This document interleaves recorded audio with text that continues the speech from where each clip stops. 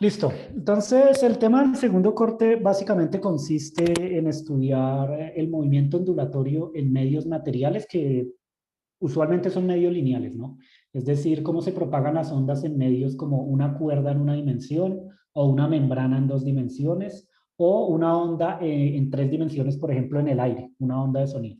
Pero para poder entender eso, nosotros primero tenemos que estudiar este tipo de sistemas físicos que están aquí, que es precisamente una red de N osciladores acoplados, como se ve aquí, ¿no?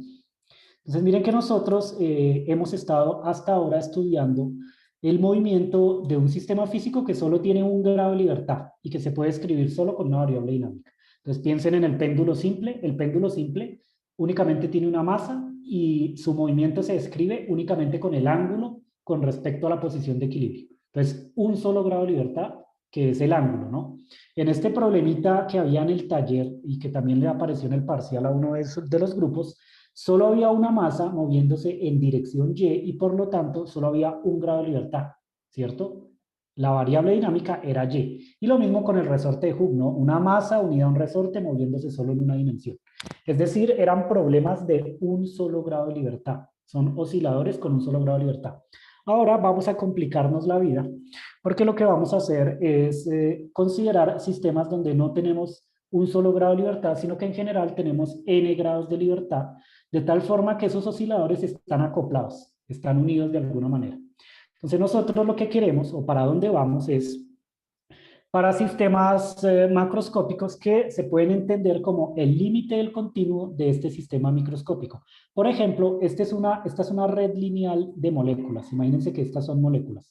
Son n moléculas donde n tiende a un número muy grande que están unidas por ciertos enlaces. En este caso los enlaces los representamos con cuerdas, ¿no?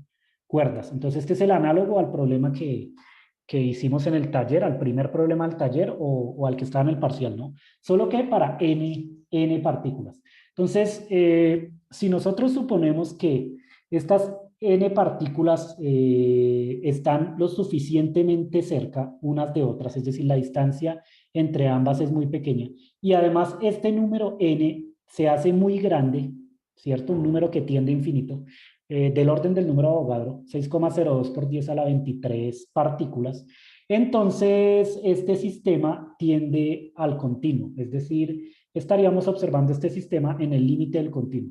Dicho de otra forma, si nosotros hacemos tender n a infinito y nos alejamos lo suficiente de este sistema para que la distancia entre dos partículas adyacentes se vea cada vez más pequeña, nosotros observamos esto como una red lineal continua que tendría la forma de un sistema en una dimensión de este tipo, ¿no? Como una cuerda. Entonces, esta cuerda sería el mismo sistema anterior, pero visto desde muy lejos, ¿no? Visto desde muy lejos. Imagínense que no es una cuerda, sino un hilo, ¿no? Un hilo muy delgado.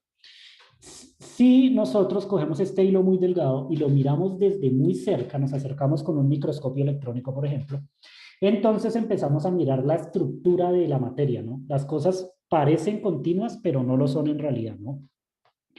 No existe tal cosa como la continuidad. La continuidad solo es un límite clásico que corresponde nada más a ver los objetos desde cierto punto de vista. Los veo desde lo suficientemente lejos para que parezcan continuos, pero en realidad la materia es de naturaleza granular. Si ustedes van y se acercan lo suficiente, se dan cuenta que en realidad las moléculas están separadas, hay más vacío que materia misma en realidad, ¿no? Es más vacía la materia que la materia misma, ¿no? Pero lo estamos viendo desde lo suficientemente lejos para que parezca continuo. Entonces, si ustedes se acercaran aquí a este hilo en una dimensión y lo miraran desde lo suficientemente cerca, verían entonces algo por este estilo, un conjunto de moléculas que están interactuando, generalmente su interacción es de naturaleza electromagnética, interacción dipolo-dipolo, de tal forma que el espacio entre las moléculas en general es mucho mayor que el mismo radio de la molécula, ¿no? En general el 90% es vacío y el otro 10% es materia. Una cosa así, ¿no?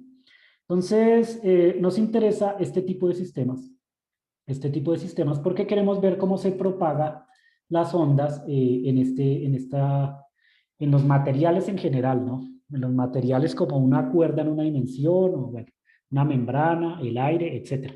Entonces vamos a estudiar el límite del continuo de sistemas discretos de n osciladores acoplados y vamos a describir la propagación de ondas en ese tipo de sistemas. Eso es lo que vamos a hacer en este corte, en el segundo corte. Pero para eso tenemos que entender primero cómo se acoplan los osciladores, cómo acoplar osciladores.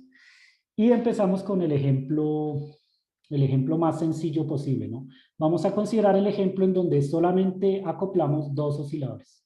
Entonces imagínense que aquí esta cuerda está unida a una pared, aquí en el otro extremo la cuerda está unida a otra pared y únicamente tenemos dos osciladores acoplados. Y vamos a ver cómo se comporta este sistema y luego lo generalizamos para un sistema de n osciladores acoplados. Entonces lo primero que vamos a mirar es precisamente esto, osciladores libres acoplados, y el primer ejemplo que quiero que observemos es el siguiente. Dos péndulos simples acoplados por un resorte de Hooke en el vacío. Entonces, estos osciladores se llaman osciladores libres porque se encuentran en el vacío. No estamos dentro de un medio elástico, ¿no? Y los vamos a acoplar. Ahora, ¿qué tipo de sistema sería este entonces? Vamos a dibujar el sistema como sería más o menos. Tenemos aquí entonces algo así como un techo y vamos a acoplar dos péndulos simples con un resorte. Entonces acá ponemos un péndulo simple que es una cuerda que está fija en un extremo, ¿cierto? Y en la otra le ponemos una masa, acá. Y esta cuerda, este péndulo simple, lo vamos a unir a otro péndulo simple acá, que tiene la misma cuerda, la misma longitud de la cuerda, con una masa que también es despreciable, ¿cierto? Y la masa unida a la cuerda, la masa de esta esfera, es también igual, es idéntica. Entonces estos dos péndulos simples son idénticos, tienen la misma longitud de cuerda, la misma longitud de la cuerda, y la masa que está unida a la cuerda tiene la misma magnitud en ambos péndulos. Pero no solo eso, sino que estos dos péndulos los vamos a unir a través de un resorte aquí, así. ¿Por qué? Porque me quiero complicar la vida, ¿no? Entonces vamos a poner un resorte acá, en medio. De tal forma que los dos péndulos están acoplados por este resorte. Este resortico que, bueno, lo represento aquí con, esta, con, este, con este dibujo, ¿no? Pero es un resorte U. A esta partícula, bueno, la vamos a llamar la partícula 1. Aquí se está moviendo con respecto a una posición de equilibrio. Vamos a dibujar la posición de equilibrio de la partícula 1 y esta es la posición de equilibrio de la partícula 2. Vamos a suponer que en un instante de tiempo dado ambos se están moviendo hacia la derecha. Esta masa se mueve hacia la derecha y esta otra que está aquí también se mueve hacia la derecha, acá. Y etiquetamos las dos partículas. Esta sería la partícula 1, ¿cierto? Y esta que está acá sería la partícula 2. La partícula 2, partícula 1 y partícula 2. Por lo que la distancia que recorre esta partícula 1 en un cierto instante de tiempo es x1. x1 acá en dirección horizontal. Mientras que la distancia que recorre la partícula 2 en cierto instante de tiempo es x sub 2. X sub 2. Vamos a considerar que estos péndulos están en el límite de pequeñas oscilaciones. Es decir, que el ángulo que separa la cuerda de esta vertical es un ángulo muy pequeño, mucho menor a un radián. De tal forma que el movimiento tangencial de estos péndulos se puede considerar que está a lo largo del eje X, ¿no? Entre más pequeño sea el ángulo, el movimiento tangencial se aproxima más al eje X, ¿no? Porque imagínense que ustedes tienen un movimiento circular, como este círculo que está acá, pero ustedes van a mirar ángulos muy pequeños, es decir, van a mirar esta región de acá. ¿Sí se dan cuenta que esta región se aproxima al eje X o no? Para ángulos muy pequeños. Sí, ¿cierto? Acá, para ángulos muy pequeños, el movimiento del péndulo pareciera que se hace a lo largo del eje X, ¿no? Si consideráramos ángulos más grandes, pues bueno, usamos coordenadas polares como siempre, ¿no? Pero para ángulos muy pequeños podemos usar la coordenada X, que no es nada nuevo de todas formas para nosotros. Y entonces, sí. Eso es como estamos en la Tierra, ¿no? Como estamos aquí Sí, en la sí. superficie, como son tan pequeñas las distancias, las podemos medir Parece, linealmente. parece plana la Tierra, ¿no? Sí, sí, sí, pero Es no lo lo es, mismo, ojo. pero no lo es. Pero es lo mismo, ¿no? Aquí son tan pequeños los ángulos que pareciera que se está moviendo en dirección X el péndulo. Eso es lo que estoy diciendo. Y entonces, primero, vamos a considerar lo siguiente, ¿no? En el límite de pequeñas oscilaciones, nosotros lo que estamos diciendo es que x1 es igual a la longitud de la cuerda, que va a ser esta L minúscula, por el ángulo θ sub 1, donde tanto x1 como θ1 son las coordenadas para la primera partícula, que es la que está aquí a la izquierda en este péndulo, ¿no? El péndulo simple de la izquierda. Por otra parte, en el límite de pequeñas oscilaciones también tenemos que x2 entonces es igual a L por θ2. Recuerden que esto simplemente sale de mirar el triángulo rectángulo que forma aquí el péndulo con esta vertical y con el eje X, ¿no? Miren que hay un triángulo rectángulo, el seno del ángulo es el cateto puesto sobre la hipotenusa, o sea, x1 sobre L, por lo que x1 es L por seno del ángulo. Pero en el límite de pequeñas oscilaciones, el seno del ángulo tiende al ángulo y por lo tanto tenemos esta expresión, ¿no? Que no es otra cosa más que L por seno de θ1 o L por θ1, pero en pequeñas oscilaciones, ¿no? Y entonces, tomando en consideración esto, podemos usar la segunda ley de Newton para describir las ecuaciones de movimiento de ambas partículas. De ambas partículas. Tenemos dos partículas, dos péndulos simples acoplados por un resorte, por lo que deben haber dos ecuaciones de movimiento. Una ecuación de movimiento para la partícula 1 y una ecuación de movimiento para la partícula 2. Y miremos cómo queda esto, ¿no? Entonces, usando la segunda ley de Newton, para cada oscilador, tenemos dos osciladores, ¿qué obtendríamos? Entonces, primero miramos el oscilador 1. En el oscilador 1, noten que las fuerzas que actúan son dos. La primera es la componente tangencial del peso, ¿cierto? Que es lo que nosotros hemos estado haciendo usualmente. La componente tangencial del peso, que para un ángulo muy pequeño está dirigido a lo largo del eje X, ¿no? Está dirigido a lo largo del eje X. Pero esto no es nuevo para nosotros. Miren que la ecuación de movimiento, yo se la recuerdo acá. Para un péndulo simple era, bueno, sin derivada parcial, ¿no? La segunda derivada con respecto al tiempo del ángulo, más omega sub 0 al cuadrado por el ángulo, ¿cierto? Igual a 0. Esto era la ecuación de movimiento de este péndulo solo moviéndose por acción de su peso. Entonces, por ahora, ignoren un momento el resorte, ¿no? Y miren el péndulo solo. De aquí, uno recordaba que omega sub 0 al cuadrado era G sobre L, ¿no? G sobre L. G sobre L. Y entonces este término que está acá sumando lo pueden pasar a restar al otro lado. Y obtienen esto. Multiplican por la masa aquí y les queda masa por aceleración angular igual a menos m por g sobre L. Y luego multiplican de nuevo por L acá, L aquí y L acá. Y se dan cuenta que esta L puede entrar en la derivada porque es una constante y esta L queda aquí, ¿no? El ángulo, esto era para la partícula 1, entonces lo ponemos así, para la partícula 1. Y entonces nos damos cuenta que L por θ1 se puede escribir como x1 en el límite de pequeñas oscilaciones y L por θ1 acá lo ponen como x1.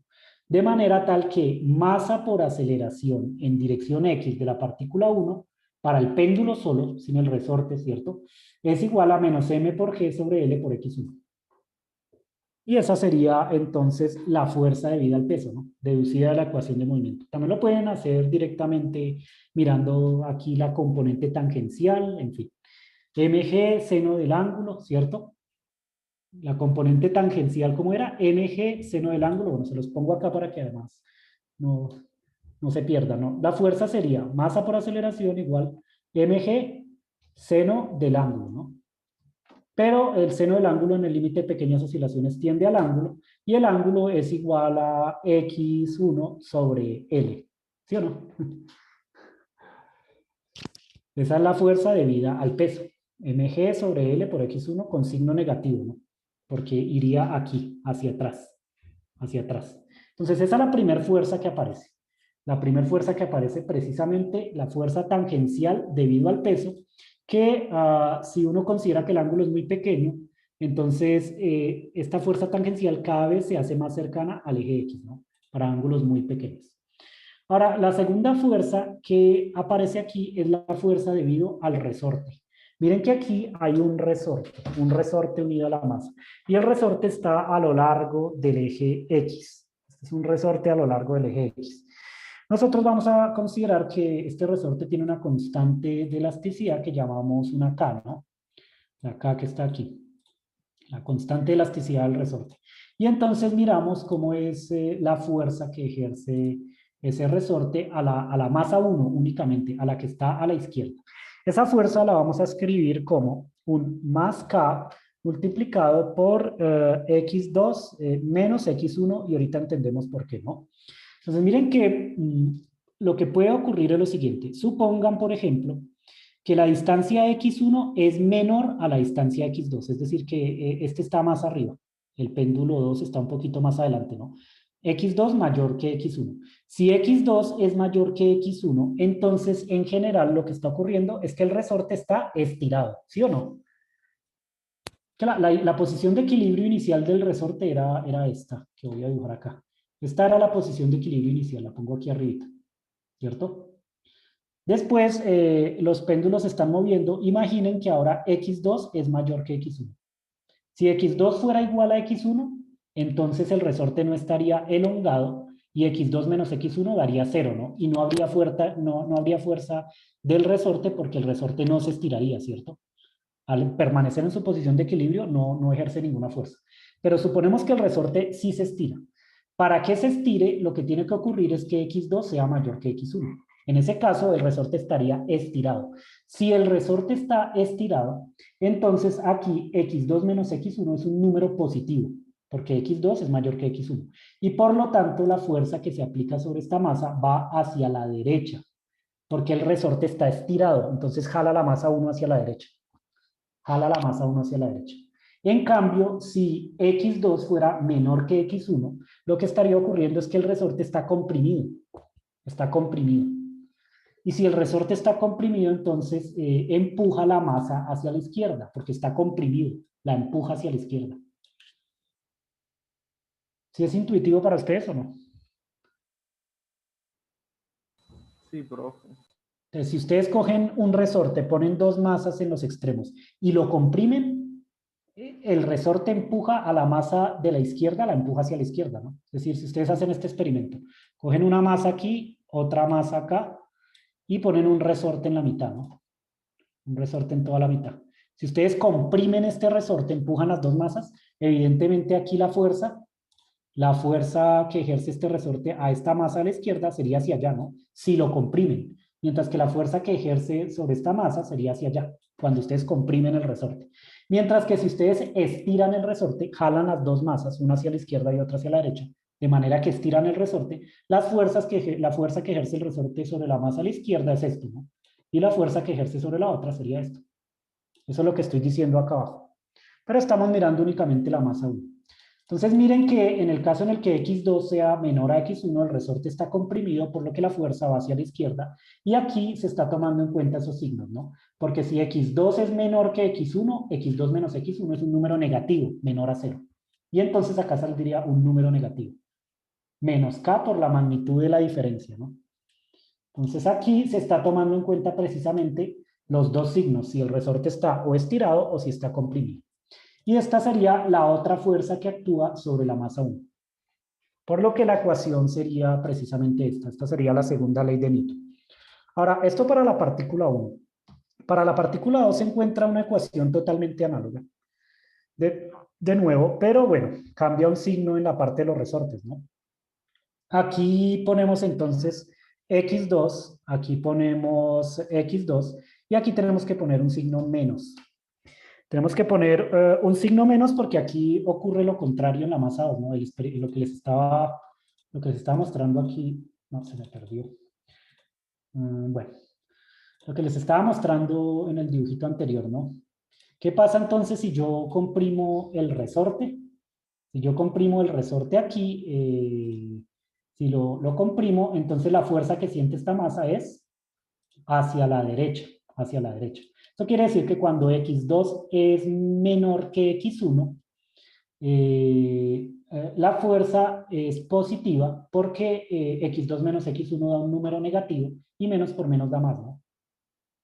¿Sí lo ven o no? Menos por menos da más. Si x2 menor que x1, el resorte está comprimido y la fuerza que se ejerce sobre la masa 2 es hacia la derecha. Por lo que aquí da un número positivo, menos por menos da más. Mientras que si x2 es mayor que x1, lo que está dentro del paréntesis es un número positivo, y entonces la fuerza va hacia la izquierda porque el resorte estaría estirado y entonces la fuerza es hacia allá. Aquí, la fuerza es hacia allá.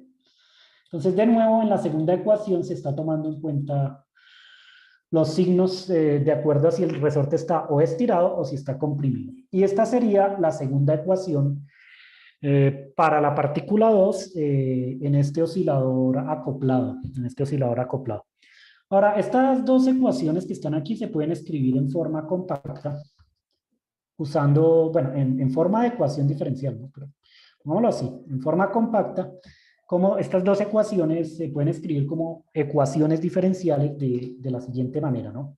La primera ecuación se puede escribir como la segunda derivada de x1 con respecto al tiempo más omega sub 0 al cuadrado, así por x1, más una omega sub c al cuadrado por x1 menos x2 igual a 0. Entonces, lo único que hice fue, primero pasé a dividir la masa al otro lado, a la derecha, ¿no? Entonces, la masa se cancela aquí y me queda menos g sobre l por x1, más k sobre m por x2 menos x1. Luego, este término lo pasé a sumar a la izquierda y me queda más g sobre l por x1, que es este mismo término acá. Es decir, omega sub 0 al cuadrado es g sobre l, la frecuencia natural de un péndulo simple. Mientras que este otro término pasa a restar al otro lado, por lo que este orden, el orden de estos índices 2, 1, se tiene que cambiar acá, ¿no? Si pasa a restar sería menos k sobre m por x2 menos x1. O k sobre m por x1 menos x2, cambio el orden. Por lo que esta omega c al cuadrado es la frecuencia natural, pero del resorte. K sobre m, k sobre m. Y la ecuación me queda escrita de esta forma, ¿no? Escribo la otra ecuación también. La ecuación para la partícula 2 sería totalmente análoga, salvo porque aparece un signo adicional. Entonces miren que aquí pondría x2, aquí pondría x2, y aquí entonces aparecería un signo menos adicional porque este término estaba restando, ¿no? Entonces pasa a sumar al otro lado. Hay un signo menos relativo. Y esa sería la ecuación del segundo grado de libertad, donde en principio lo que estoy diciendo es que omega sub 0 al cuadrado es igual a g sobre l y además omega sub c al cuadrado es igual a k sobre l. K sobre l. Entonces miren que este es un sistema que tiene dos frecuencias naturales porque es un sistema acoplado de dos osciladores, ¿no? Son dos osciladores acoplados, aparecen dos frecuencias, hay dos grados de libertad. Los grados de libertad son x1, x2 y las frecuencias son estas dos que están aquí. Este sería el caso de un sistema de dos osciladores acoplados. Para describir el movimiento de un sistema de dos osciladores acoplados, es necesario entonces de dos ecuaciones diferenciales. Se necesita resolver un sistema de dos ecuaciones diferenciales que tienen ciertas características, ¿no? Miren que hay dos variables dinámicas, hay dos frecuencias, las ecuaciones están acopladas, etc. En todo caso, des en cuenta que por tener dos grados de libertad necesito dos ecuaciones diferenciales, un sistema de dos ecuaciones diferenciales que tengo que resolver de alguna manera. Si tengo tres osciladores acoplados, entonces necesito tres ecuaciones diferenciales totales. Si tengo 5 osciladores acoplados, necesito 5 ecuaciones diferenciales totales, una para cada variable. Todas acopladas, ¿no? Así sucesivamente. Si tengo n osciladores acoplados, como es el caso de este sistema que está aquí, que tengo n osciladores acoplados, se necesitaría resolver un sistema de n ecuaciones diferenciales totales. n ecuaciones diferenciales totales. Que más adelante vamos a ver cómo se soluciona, ¿no? Pero por ahora estamos en el caso más sencillo donde tenemos dos, ¿no? Dos osciladores acoplados. Ahora, este no es el único ejemplo en el que uno llega a un sistema de ecuaciones de este tipo, sino que hay más ejemplos de osciladores acoplados que uno puede pensar. Por ejemplo, revisemos otro ejemplito, no solo este de dos péndulos, sino... Ahora miremos este, uno sencillo. Ahora, masas acopladas, Profe, sí. ahí ¿cuál sería la frecuencia natural del sistema en ese? No hay una sola. Ahorita O más sea, adelante, habrían dos frecuencias naturales del sistema, ¿cierto? sí. Mm, Ahorita lo discutimos más adelantico cuando les haga un análisis físico de cómo oscilará este sistema, ¿no? Pero no hay una sola, ¿no? Entonces ahora miremos dos masas acopladas por resortes, ¿no? Dos masas acopladas por resortes sobre una superficie lisa, horizontal, ¿no? Y en el vacío, sin fricción. Entonces, miremos otro ejemplito, otro ejemplito. Entonces, otro ejemplo que podemos pensar es el siguiente. Les voy a hacer acá un dibujito. Entonces, aquí tenemos una pared. Por acá tenemos otra pared. Bueno, que quede más o menos igual. Dos paredes aquí, ¿cierto? De tal forma que... no me gustó. Vamos a poner las paredes más bien así. De tal forma que... paredes huecas había hecho, profe. sí, no se ven bien. Es lo que estoy tratando de tener un poquito de pulso, pero... Y aquí ponemos, bueno, una superficie lisa. Así, es lo mejor que pude hacer, ¿no? Y ponemos dos masas. Una masa acá sobre la superficie, aunque pongamos la otra color. Una masa acá. Y otra masa por acá, ¿cierto? Dos masas. Una aquí, otra acá. Y estas dos masas están unidas por resortes. Los resortes, digamos que los ponemos de color verde. Y los dibujamos con estas lineecitas acá, ¿no? No nos vamos a complicar dibujando los resortes. Imagínense que son resortes delgaditos, ¿no? Así. Unida por dos resortes, por tres resortes, perdón. De manera que el primer resorte está unido a la pared y luego a la masa. El segundo resorte está entre las dos masas, ¿cierto? Une las dos masas. Y el tercero, pues sale de la masa y llega a la otra pared. Ahora, los tres resortes son idénticos. Eso quiere decir que todos tienen la misma constante de elasticidad. Entonces ponemos la misma constante para los tres resortes. Este es K, este otro resorte también es K, ponemos aquí, y el último resorte también, K. Son resortes idénticos. Es decir, que la longitud del resorte también es la misma. Son tres resortes iguales. Y además las dos masas que ponemos acá también son iguales. Las dos son idénticas, son dos bloques idénticos. Tienen la misma masa, una masa aquí M y otra masa aquí M. Y queremos de nuevo ver cómo se modela este sistema físico. ¿Cómo se modela este sistema físico? En principio lo que está pasando es que estas masas vamos a considerar que la posición de equilibrio está por acá, aunque pongámosla de color negro. La posición de equilibrio suponemos que está por aquí. Y entonces la masa 1 se desplazó una cierta distancia hacia la derecha que vamos a llamar X1. La posición de equilibrio del resorte 2 la consideramos acá, de manera que la masa 2 se desplazó hacia la derecha una cierta distancia X2, ¿no? Entonces consideramos que ambos se están moviendo hacia la derecha. Esta una X1 y esta una X2. Y entonces etiquetamos las partículas. Esta que está aquí es la partícula 1, esta que está aquí es la partícula 1 y esta que está acá es la partícula 2. ¿Listo? Y de nuevo queremos ver cómo son las ecuaciones de movimiento para este sistema físico, ¿no? Volvemos a usar la segunda ley de Newton. Entonces, usando la segunda ley de Newton, ¿qué tendríamos? Tendríamos una ecuación para la partícula 1 y otra ecuación para la partícula 2. Masa por aceleración, la segunda derivada con respecto al tiempo de la posición 1 es igual a la sumatoria de las fuerzas Pero ¿cuáles son las fuerzas que actúan sobre la masa 1? Primero está la fuerza que debido al resorte de la izquierda, debido al resorte de la izquierda, esa fuerza va en sentido contrario al movimiento. Entonces, como estamos suponiendo que la masa se está moviendo hacia la derecha, la fuerza que ejerce el resorte de la izquierda, este primer resorte, va hacia la izquierda, ¿no? Y por lo tanto aquí ponemos menos K por X1. Se opone al movimiento, ¿no? Menos K por X1. Esa sería la fuerza debida a este resorte, al primero que está aquí. Ahora, no solo está la fuerza debida a este resorte aplicada sobre la masa 1, sino que también está la fuerza debido al resorte que está en todo el centro, ¿no? En todo el centro. Y esa fuerza es totalmente análoga a lo que vimos en el ejemplo anterior. Es K por X2 menos X1. ¿Por qué? Por exactamente las mismas razones que yo ya les había dicho, ¿no? Tenemos dos masas unidas a un resorte en el centro. Si el resorte está estirado, entonces la fuerza que ejerce este resorte sobre la partícula 1 va hacia la derecha, va hacia la derecha. Pero el resorte va a estar estirado cuando X2 es mayor que X1. Cuando X2 es mayor que X1.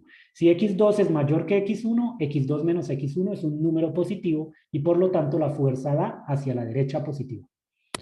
En cambio, si el resorte está comprimido, supongan que estas dos masas comprimen el resorte, entonces X2 es menor que X1 y este número que está acá es negativo, por lo que la fuerza da hacia la izquierda.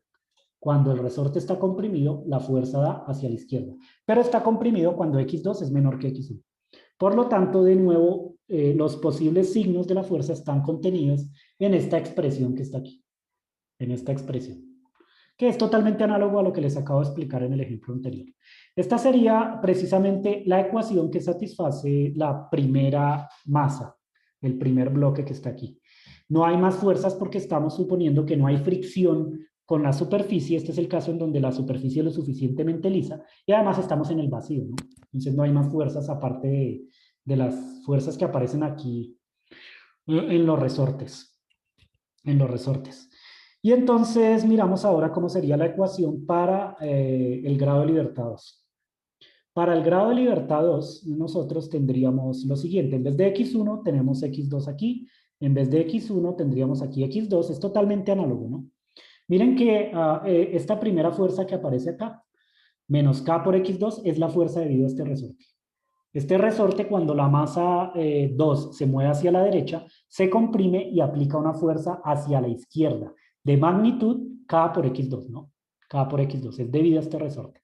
Y además aparece la fuerza debido al resorte de la mitad, pero con signo contrario porque ahora estamos mirando la masa de la derecha, ¿no? Entonces, cuando el resorte se estira, esta masa siente una fuerza hacia la izquierda debido al resorte. Es decir, cuando X2 es mayor que X1, la fuerza es negativa. La fuerza es negativa. Porque X2 menos X1 es positivo, cuando X2 mayor a X1. Mientras que cuando X2 es menor que X1, la fuerza sería hacia la derecha, positiva, porque X2 menos X1 da un número negativo que multiplicado por el otro menos da más, ¿no? Entonces sería hacia la derecha. Cuando el resorte se comprime, la fuerza va hacia la derecha. Y esta sería precisamente la ecuación de movimiento para el resorte 2. Ahora, de nuevo, esto lo podemos escribir en forma de ecuaciones diferenciales. Y nos quedaría lo siguiente, ¿no? Entonces la escribo rápidamente. Sería la segunda derivada de X1 con respecto al tiempo, ¿cierto? Más omega sub 0 al cuadrado por X1 más omega sub 0 al cuadrado por X1 menos X2. X1 menos X2. Esto igual a 0. Y para la segunda masa, la ecuación sería totalmente análoga. Solo que cambiamos el índice 1 por el índice 2. Aquí, índice 2, y cambiamos este más por un menos.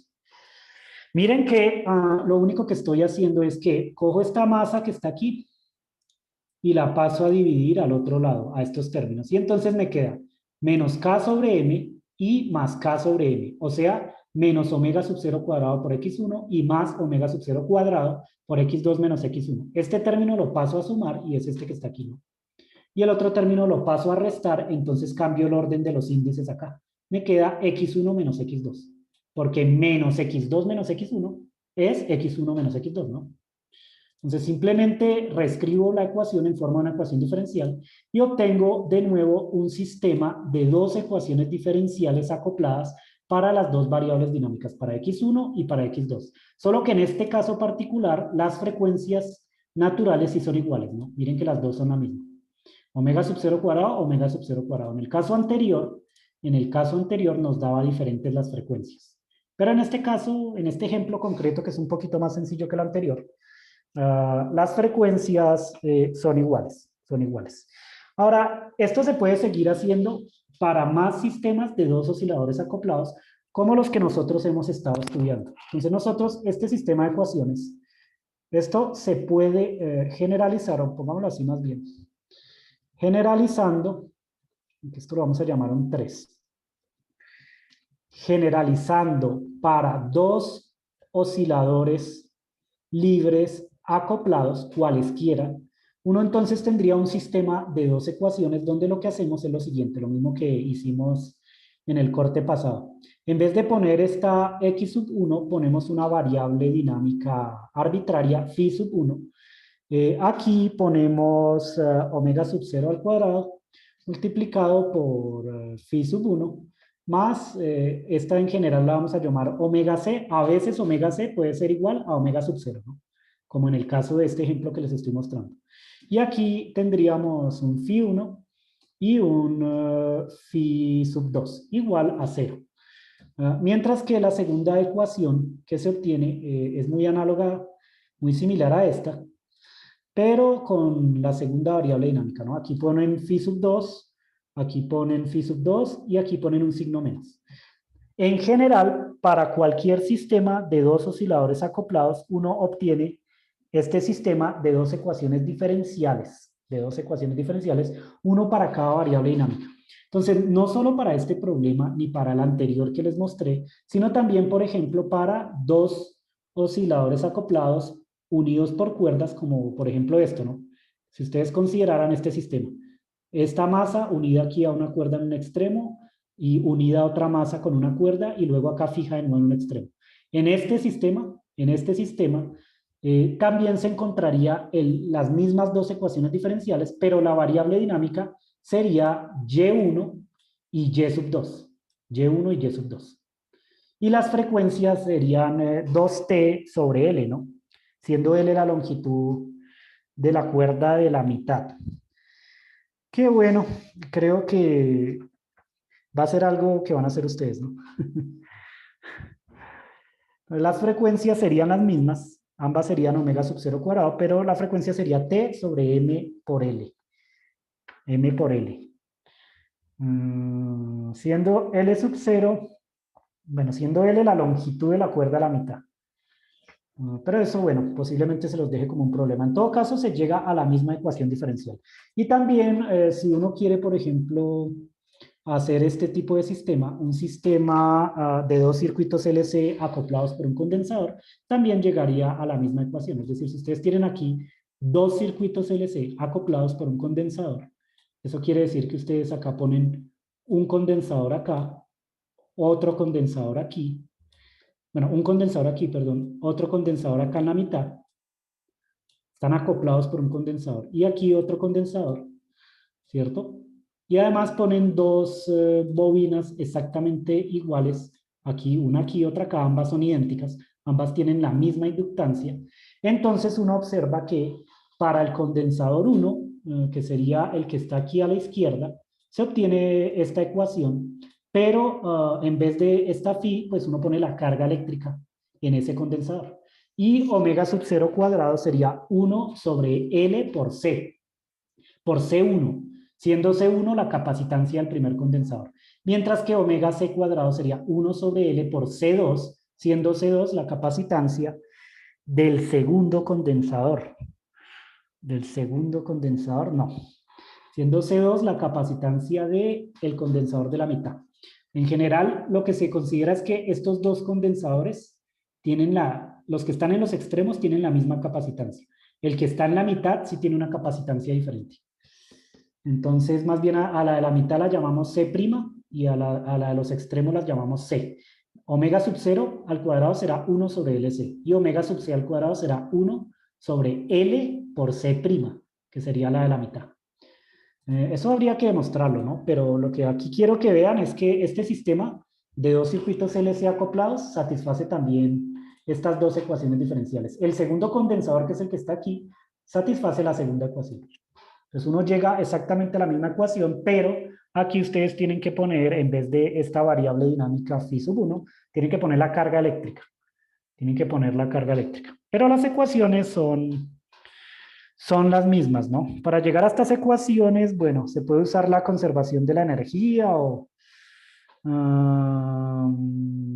pueden usar las reglas de Kirchhoff, en fin, ¿sí? Se puede llegar a esta ecuación. De pronto más adelante se los deje como problema. Voy a pensar en ello. Voy a pensarlo. Profe. Ajá. Profe, devuelvas un momentico a lo de los resortes que quería hacer una pregunta. ¿Necesita el dibujito? Sí, profe. A ver, que me El toca de los quitar. resortes. Un momentico. Ahí está. Profe, una pregunta, profe. Usted sabe que nosotros ahí estamos hablando de que por lo menos las fuerzas que están actuando en el resorte 1, ¿cierto? En la masa 1, en la posición 1, sí, son la del resorte, los resortes que están unidos a la masa 1, ¿no? Mi pregunta es, profe, ¿por qué el tercer resorte no afecta a la masa 1? Por ejemplo, si hacemos la suposición que cuando X2 es mayor que X1, estamos diciendo que el resorte se estira, ¿cierto? Digamos, usted podría pensar que no afecta, pero sí está afectando porque ese efecto está contenido acá. Está contenido aquí. El hecho de que las dos ecuaciones estén acopladas. Mire que aquí está la variable 1, pero también la variable 2. Y aquí está la variable 2, pero también la variable 1. Sí, El profe, efecto, pero yo digo es el tercer resorte que está en la otra, en el otro extremo. este tercer resorte aparece aquí. Pero en En la esta primera, pero haciéndolo solamente para la primera, profe. No, porque esto es un sistema de osciladores acoplados. Eso se podría poner el resorte si logro escribir estas dos ecuaciones como una sola ecuación. Pero el efecto sí aparece en realidad porque está acoplado el sistema. Y entonces, para que yo pueda resolver esta ecuación, necesito desacoplarlo. Miren que X1 y X2 está acá. Es decir, el efecto de X2 está aquí, mírenlo también. Ya. Es un sistema de resortes acoplados. Entonces, esta es como una ecuación que está acoplada, de manera que para encontrar X2 yo necesito también el efecto del tercer resorte, porque míralo acá. Ya. Es un sistema de dos ecuaciones con dos O incógnitas. sea, pese a que son dos ecuaciones que están distintas, están entrelazadas entre sí por Sí, las... Ya. están acopladas. Entonces, Ya. en realidad está todo. Está Ya. todo el efecto. Listo, ¿Sí? profe. Muchas gracias. Tenía esa duda. Listo. Es que yo había alzado la mano hace rato, pero usted estaba Yo estaba que hablaba. en su viaje. Si usted estaba en su viaje, no lo quería cortar. Bueno, entonces es eso, ¿no? Es eso. Sí está el efecto en realidad porque estos son dos ecuaciones acopladas que deben resolverse de alguna manera, ¿no? Debe resolverse ese sistema. Y bueno, lo importante es que de nuevo nos aparece ahora para un sistema con dos osciladores acoplados, nos aparecen dos ecuaciones diferenciales, una para cada variable dinámica, que están acopladas y que me describen de alguna forma al sistema. Como tenemos 2 grados de libertad, hay dos ecuaciones. Si tenemos n grados de libertad, van a haber n ecuaciones, un sistema de n ecuaciones diferenciales totales, ¿no?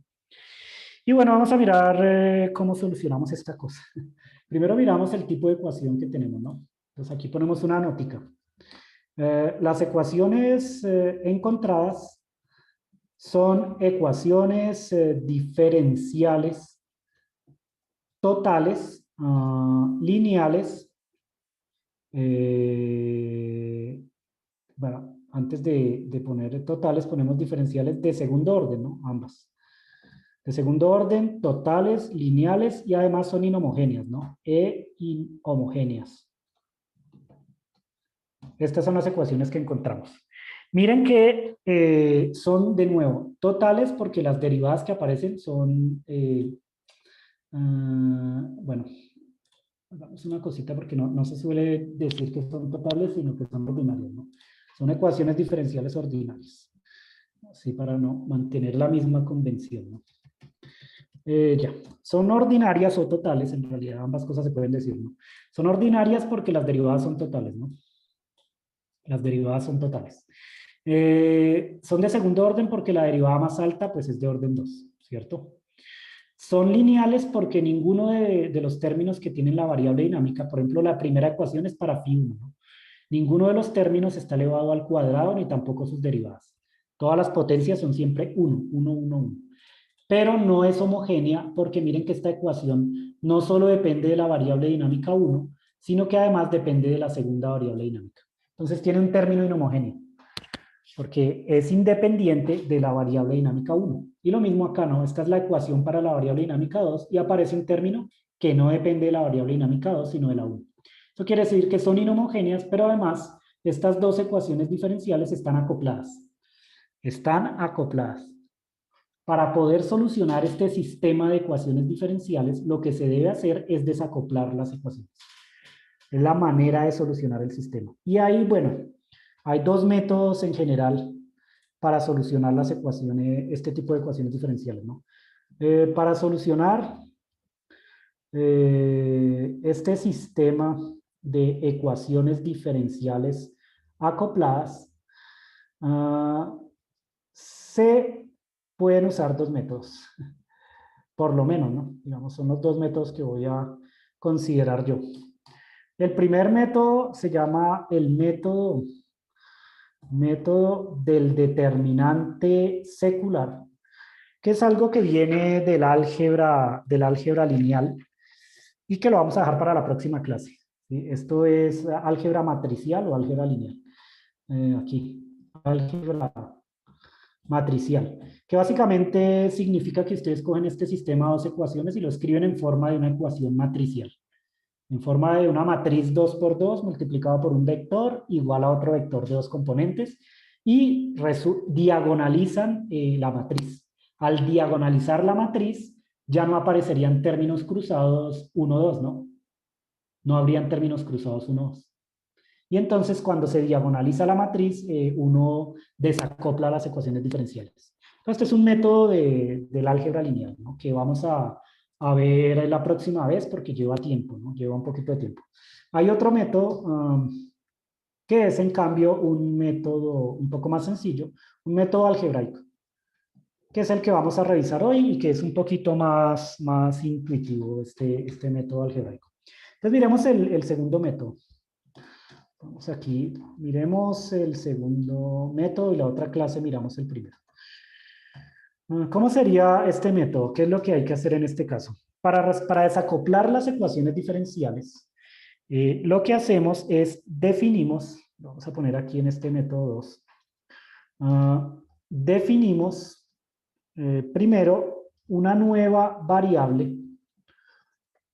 ¿Qué va a ser esta variable que está aquí? Q1 igual a phi1 más phi2, Q1 igual a phi1 más phi2, y además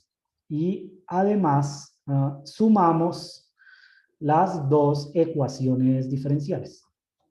Las dos ecuaciones diferenciales. Es decir, hacemos lo siguiente. Definimos esta nueva variable Q1, que va a ser phi1 más phi2, y cogemos estas dos ecuaciones y las sumamos. Es decir, ustedes cogen esta ecuación, que está aquí, y la vamos a sumar con la otra ecuación. Entonces, a esta ecuación que está acá, a esta ecuación le suman esto en la izquierda, ¿no? Esto más esto es igual a 0 más 0, pero 0 más 0 pues da 0, ¿no? Entonces, lo único que tenemos que hacer es sumar esta otra que está aquí.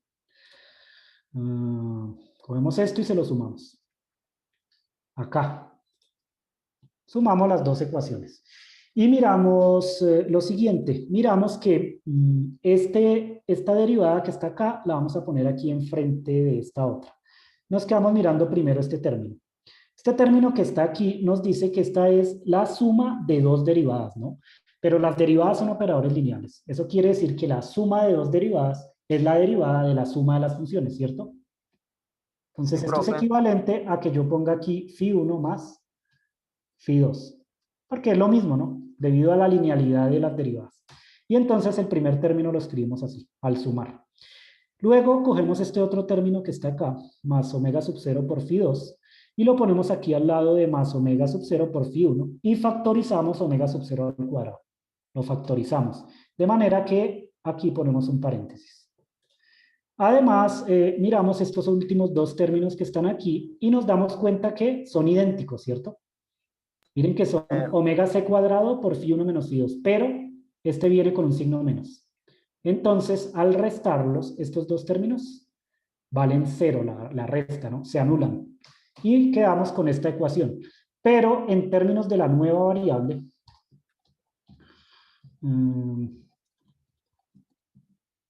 o así, en términos de la nueva variable Q1, entonces lo que nosotros obtenemos es esta ecuación. La segunda derivada de Q1 con respecto al tiempo más omega sub 0 al cuadrado por Q1 igual a 0. Y entonces, al sumar las dos ecuaciones y definir esta nueva variable, encontramos una ecuación para una única variable Q1 que está desacoplada. Miren que solamente tiene una variable. Y no solo eso, sino que además es una ecuación muy conocida para nosotros. ¿Esta es la ecuación de qué? El movimiento armónico simple. Del movimiento armónico simple. Encontramos la ecuación del movimiento armónico simple. Sin embargo, este problema tiene 2 grados de libertad. No nos sirve uno solo, ¿no? Aquí simplemente hice una redefinición de las variables, pero son 2 grados de libertad, no son uno. Aquí encontré uno nada más.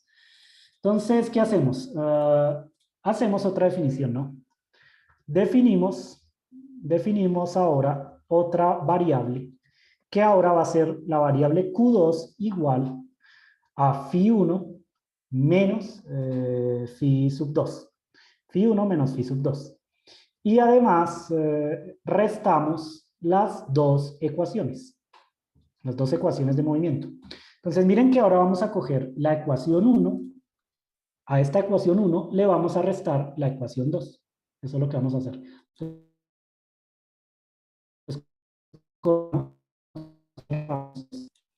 Es decir, aquí cogemos esta aquí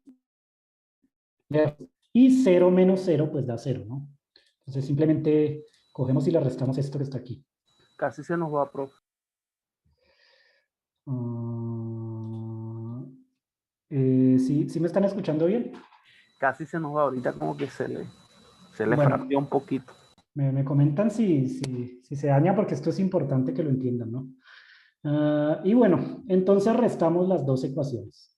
Y hacemos lo mismo básicamente lo que estábamos haciendo antes. Cogemos la segunda derivada y la restamos acá. Entonces este término que está aquí lo vamos a poner acá. Así, ¿no? Y de nuevo tenemos que la resta de las derivadas, pues es la derivada de la resta de las funciones, ¿no? Entonces ustedes acá ponen phi1 menos phi sub 2. Phi1 menos phi sub 2. Y quitamos esto que está aquí. De nuevo, factorizamos omega sub 0 cuadrado. Es decir, ahora cogemos este término que está acá y lo ponemos aquí al ladito de este, ¿no? Con el signo menos. Y entonces factorizamos omega sub 0 cuadrado y esto lo encerramos dentro de un paréntesis así. Y por último, multiplicamos aquí menos por menos da más.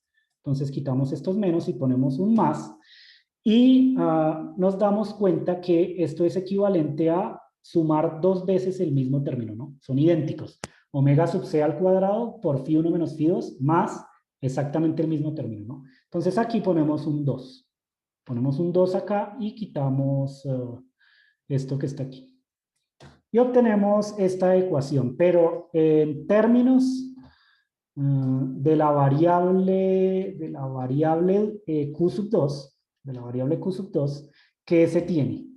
La ecuación entonces nos quedaría la segunda derivada de Q sub 2 con respecto al tiempo, ¿cierto? Más omega sub 0 al cuadrado, bueno, esto es una O en realidad, así, por Q sub 2, ¿cierto?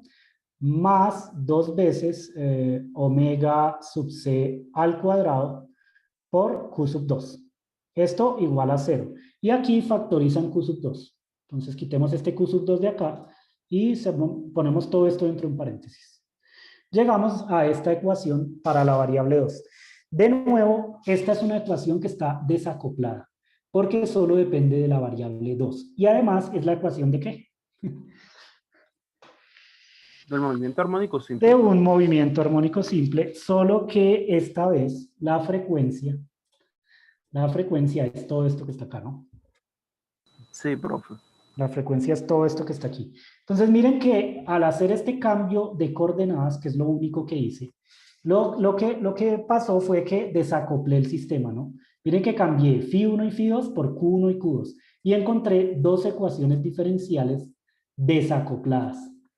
Están desacopladas. Y no solo eso, sino que aparte son ecuaciones diferenciales que sabemos resolver muy bien. Sabemos cuál es la solución de estas dos ecuaciones diferenciales. Debido a que esta elección de coordenadas desacopla el sistema, a esto hay una definición que es muy importante que la tengan presente de aquí en adelante, de aquí hasta mecánica cuántica, ¿cierto? Que es la definición de coordenadas normales. Coordenadas normales. Las coordenadas normales. Precisamente está Q1 y Q2 que aparecieron aquí. Las coordenadas normales son aquellas variables que permiten desacoplar las ecuaciones de movimiento. Entonces son aquellas variables que permiten desacoplar las ecuaciones de movimiento. Esas son las coordenadas normales. Y bueno, satisfacen por lo general ecuaciones de osciladores armónicos independientes con ciertas frecuencias normales. Entonces, a las frecuencias que aparecen aquí en la ecuación se le llama frecuencia normal o frecuencia del modo normal. Estas frecuencias que están aquí. Y miren que estas coordenadas normales satisfacen ecuaciones armónicas de un movimiento armónico, ¿no? Es importante que recuerden esta denominación. Entonces, ahora nosotros sabemos cuál es la solución de estas ecuaciones, ¿no? Entonces lo pongo aquí. La solución de las ecuaciones para las coordenadas normales es, entonces miren que nosotros ya sabemos cuál es la solución. Q1, por ejemplo, como función del tiempo, evidentemente su solución es un coeficiente, ¿cierto? Que es la amplitud, por el coseno de una frecuencia que vamos a llamar omega 1 por t, más una constante de fase que llamamos delta 1. Donde aquí hice la definición de que esta omega 1 es la omega sub 0 que nos aparecía allá, ¿no? Omega sub 0, que bueno, depende del caso en particular que estemos revisando, puede ser K sobre M, o para el caso de dos péndulos simples acoplados por un resorte, esta omega sub 0 sería G sobre L, ¿no? G sobre L. Esta sería la solución para la primera coordenada normal. Para la segunda coordenada normal, la solución entonces sería una constante, ¿cierto? Multiplicada por coseno de omega, en este caso vamos a llamar un omega 2 por t, más un delta 2 donde ahora estoy diciendo que esta omega sub 2 es precisamente la raíz cuadrada de, bueno, todo este término que está acá, ¿no? Aquí quedaría un omega 2 al cuadrado, ¿no?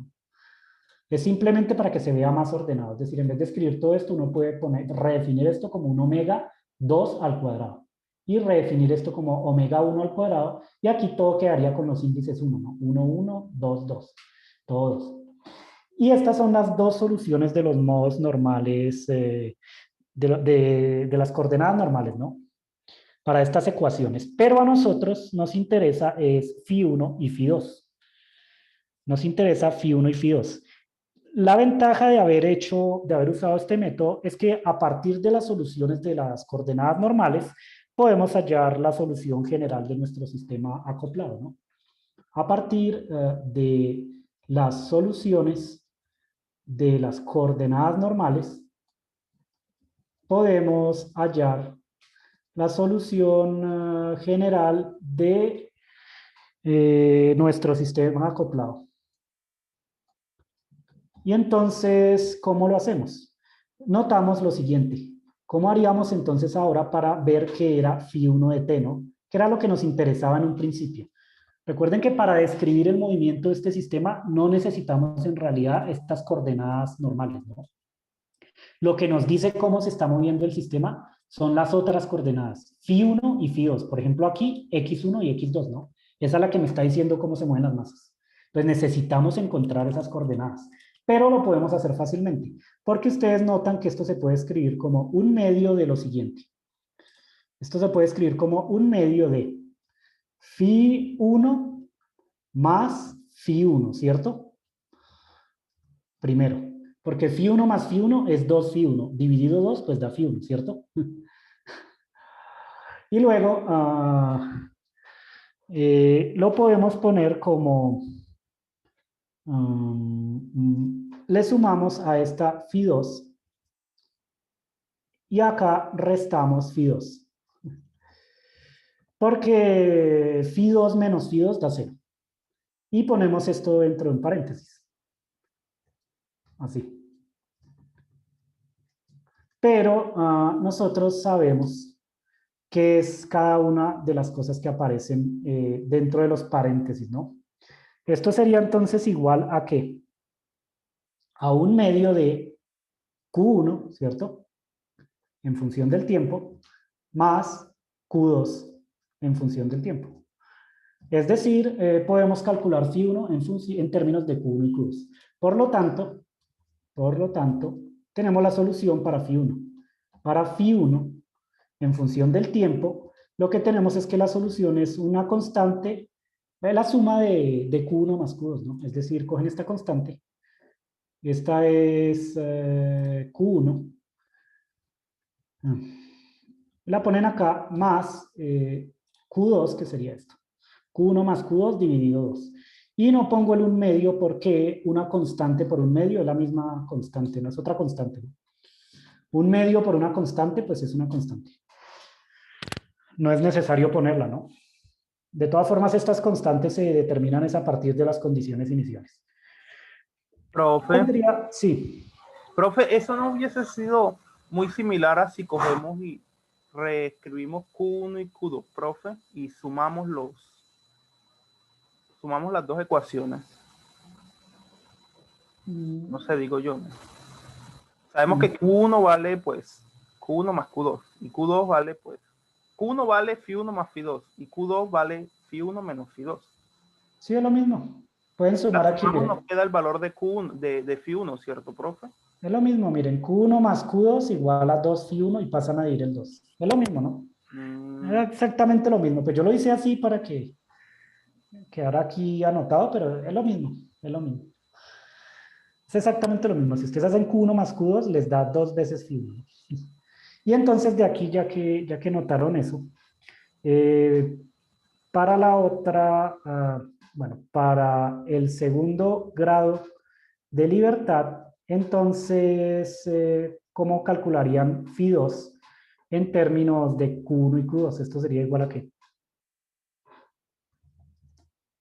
Un medio de...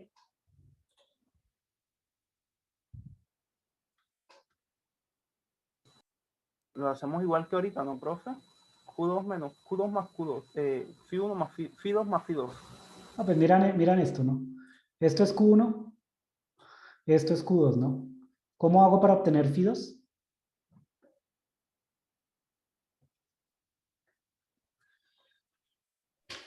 Resta. Resto, ¿no? Q1 menos Q2 me da phi1 menos phi1 se cancela, phi2 menos phi2, o sea, phi2 más phi2, da 2 veces phi2. Entonces es Q1 menos Q2, Q1 menos Q2. ¿Sí o no?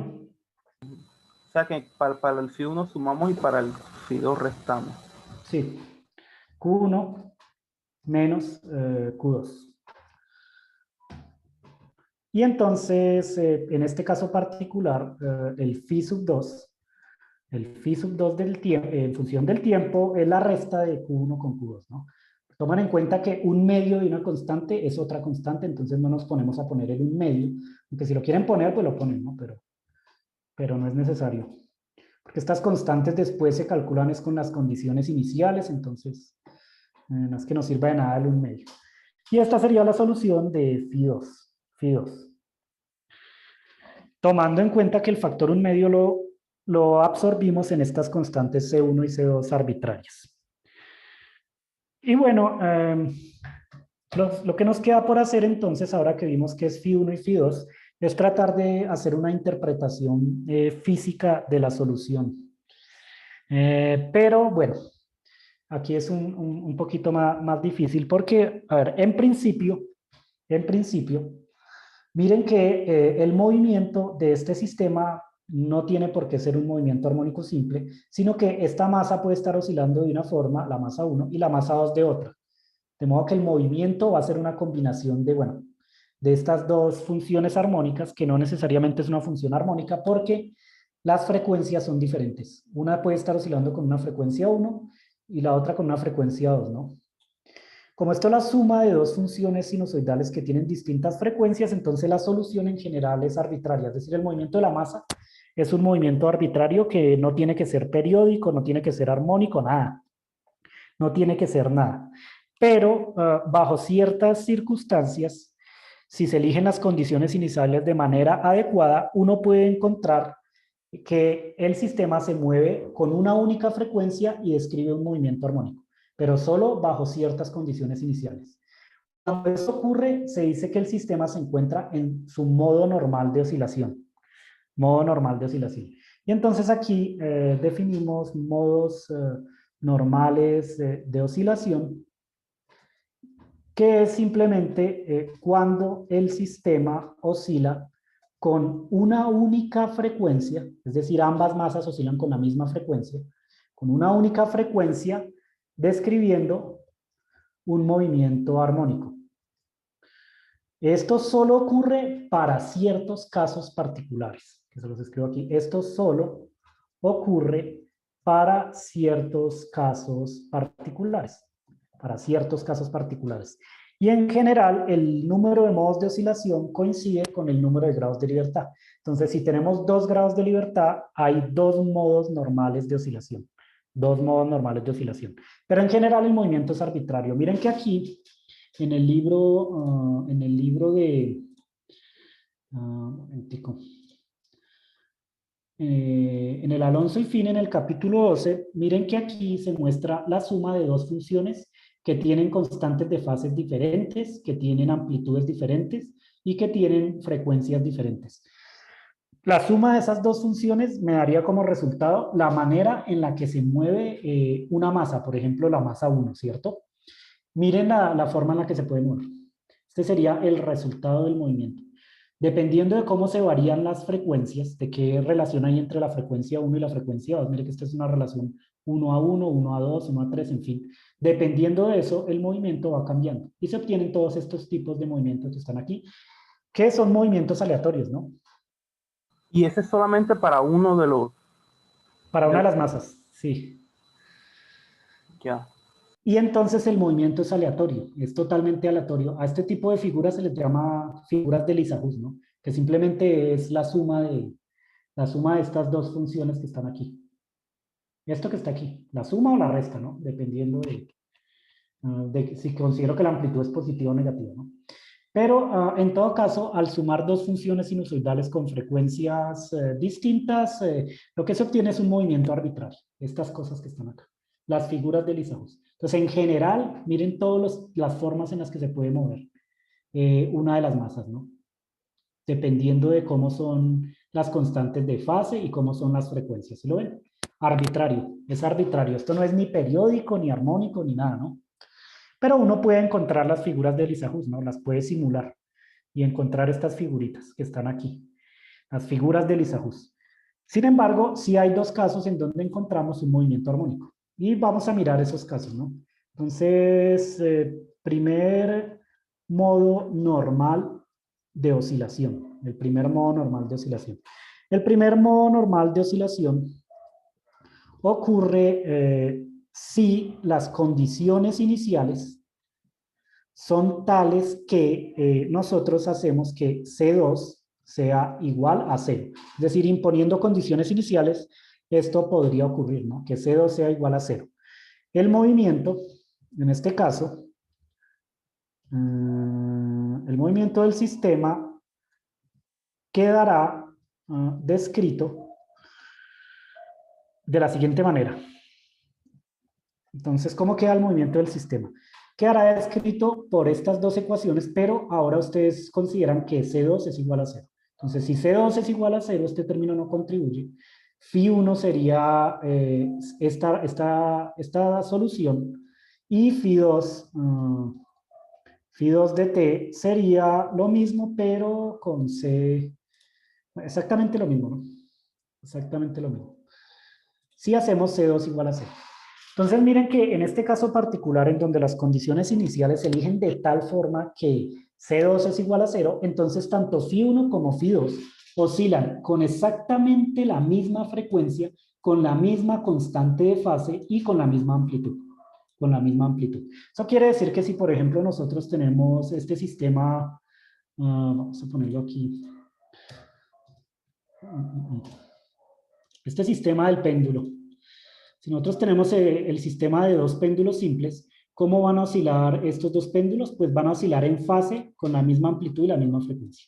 Entonces, este péndulo estaría aquí y el otro péndulo estaría exactamente con la misma amplitud y oscilaría exactamente con la misma frecuencia. Sería así, ¿no? Y este péndulo está unido por, bueno, Como un un espejo, ¿no? resortico acá. Harían lo mismo ambas. Entonces, ambos péndulos se estarían moviendo en fase. Entonces, ustedes lo que verían es todo el sistema completo, aquí de manera global, oscilando en fase. Bueno, mi pulso ya no va más, ¿no? Así, ¿Cómo, bro? así, de izquierda a derecha. ¿Sí o no?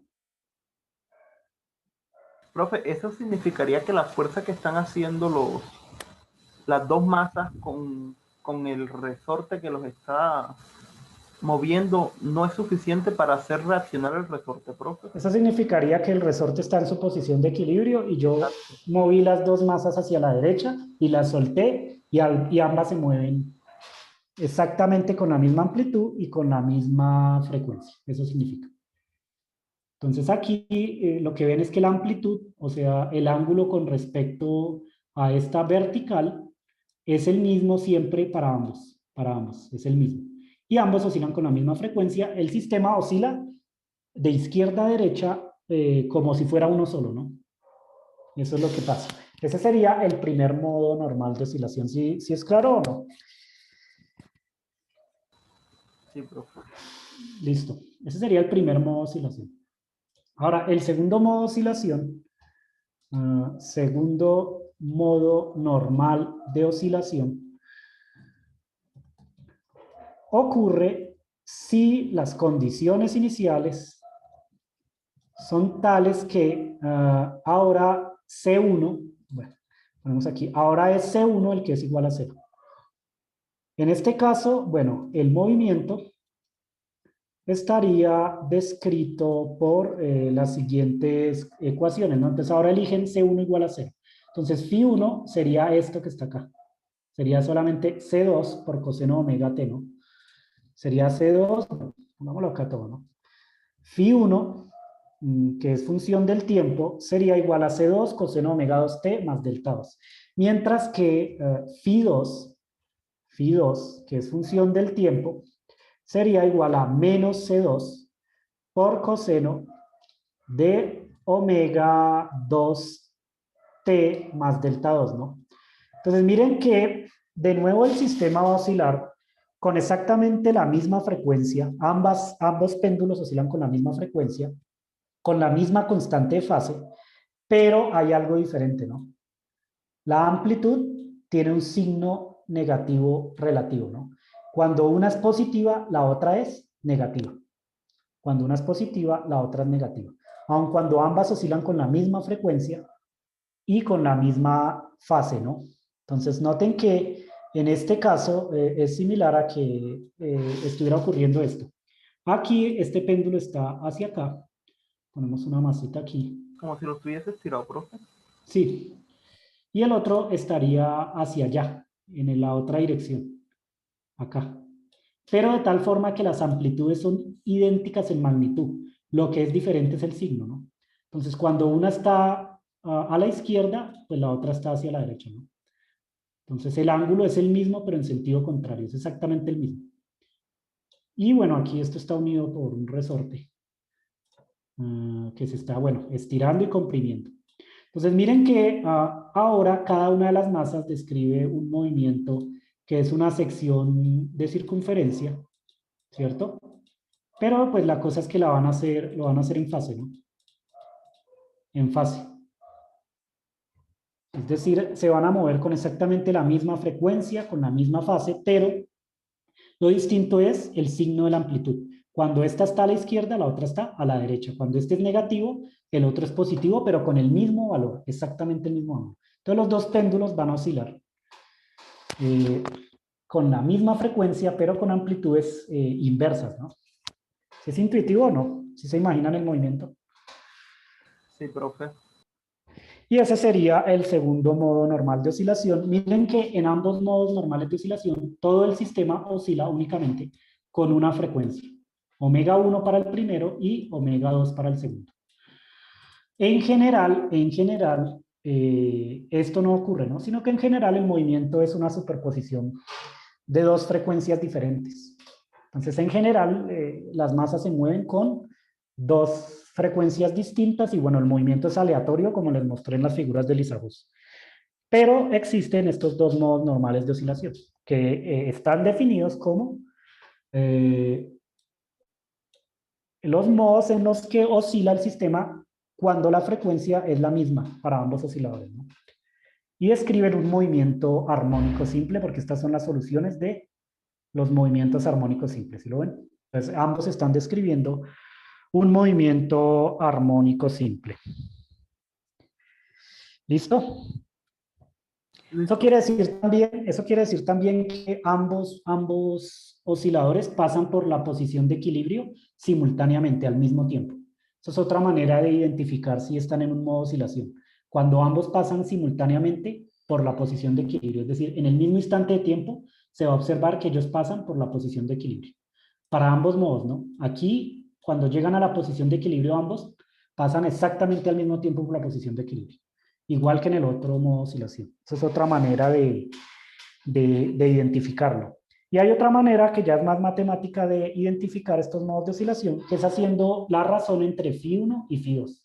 Ya para terminar, esto simplemente es una clasificación de los modos, clasificación de los modos normales de oscilación. Básicamente se pueden clasificar mirando la razón entre las dos soluciones. A ver. Es decir, ustedes miran cuánto vale Φ1 sobre Φ2, hacen este cálculo. Y se dan cuenta que en el modo de oscilación 1 va a valer 1 positivo, va a valer 1 positivo. Y en el modo de oscilación 2 va a valer menos 1. Entonces, en el modo de oscilación 1, esto va a valer 1. Entonces, aquí lo ponemos 1. Ponemos esto así. En el modo de oscilación 1, que fue el primero que describí, modo normal 1. Mientras que va a valer menos 1 en el modo normal 2. Y es distinto de 1 y menos 1 cuando no estamos en un modo normal, ¿no? Entonces, ustedes simplemente hacen la división, Φ1 sobre Φ2, por ejemplo. En el caso del modo 2, se dan cuenta que el coseno se cancela con el coseno y el C2 sobre menos C2 da menos 1, ¿no? Entonces, por eso sale menos 1. Mientras que en el primer caso, si dividen los dos son idénticos, entonces Φ1 sobre Φ2 vale 1. En un caso general en donde no estemos en un modo de oscilación, pues el resultado es distinto de 1 y de menos 1. Entonces, esta también es una manera de clasificar los modos normales de oscilación. Y bueno, eso era lo que les quería decir hoy. Voy a pausar aquí el video para que no quede tan largo.